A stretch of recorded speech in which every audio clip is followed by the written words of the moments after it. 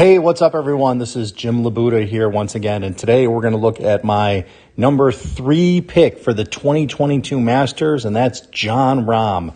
Jon is known as a exceptionally long hitter, but he's got a very, very short backswing, but a very powerful swing. So we're going to take a look at that today. But before we go ahead and do that, make sure you guys click that subscribe button below. Subscribe to my channel so you can see all the great tips and PGA Tour swing videos that I post. So when we take a look at Jon's swing here, a couple things you're going to notice.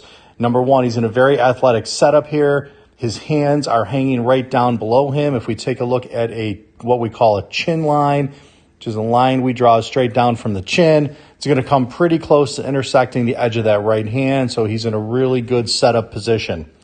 As he takes the golf club away, one thing we're going to notice is how his arms here remain fully extended as he goes back. If we look at the most amateur or weekend players today, what you're going to notice about them is their hands are really close to their body. The right hand, or the right arm in particular, starts bending. You keep that right arm really hard against the side of their body. So, again, Jon gets some great extension here. That's what helps him create a ton of width in his swing and make for a very powerful golf swing. But as we get the club to the top of his swing, you're going to notice here that Jon's backswing, again, is shorter than most players on tour. The reason that is because of Jon Rahm has limited mobility in his hips.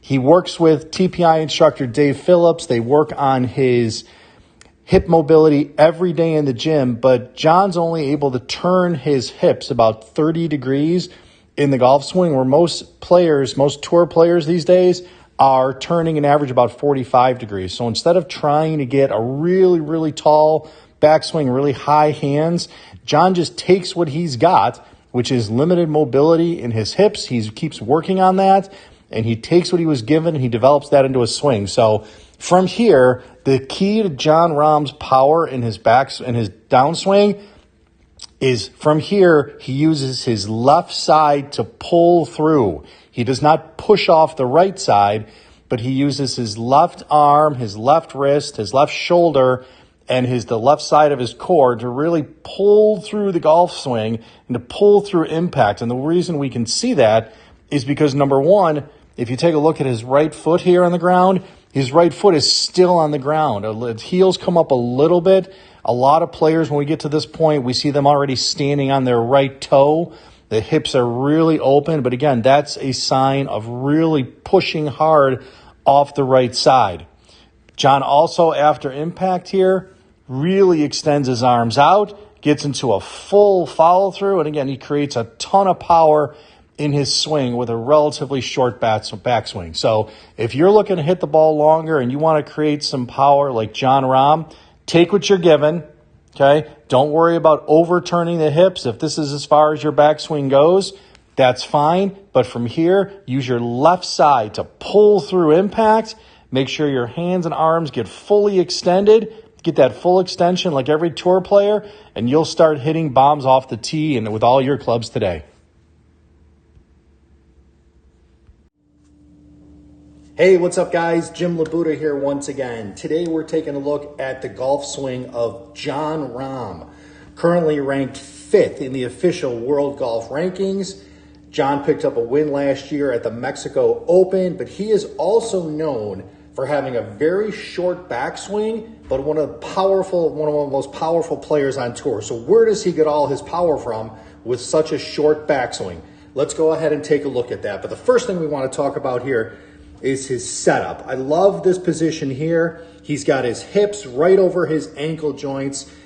Perfect setup, very athletic position. Arms hang down up here from his shoulders. Awesome position to be in. As he starts taking the golf club away here, we're going to stop again when the club gets parallel to the ground. Perfect position here, how this is an extension. The golf shaft is an extension of his left arm.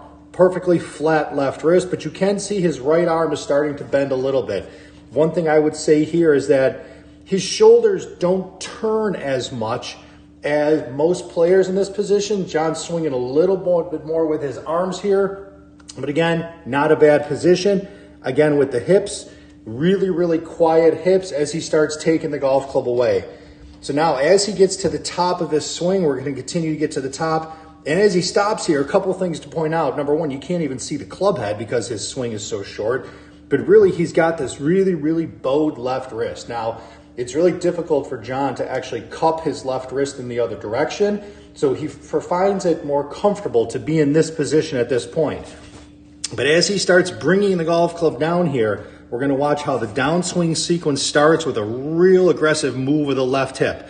Look how much that hip moves and that knee turns to the inside as he starts bringing the golf club down.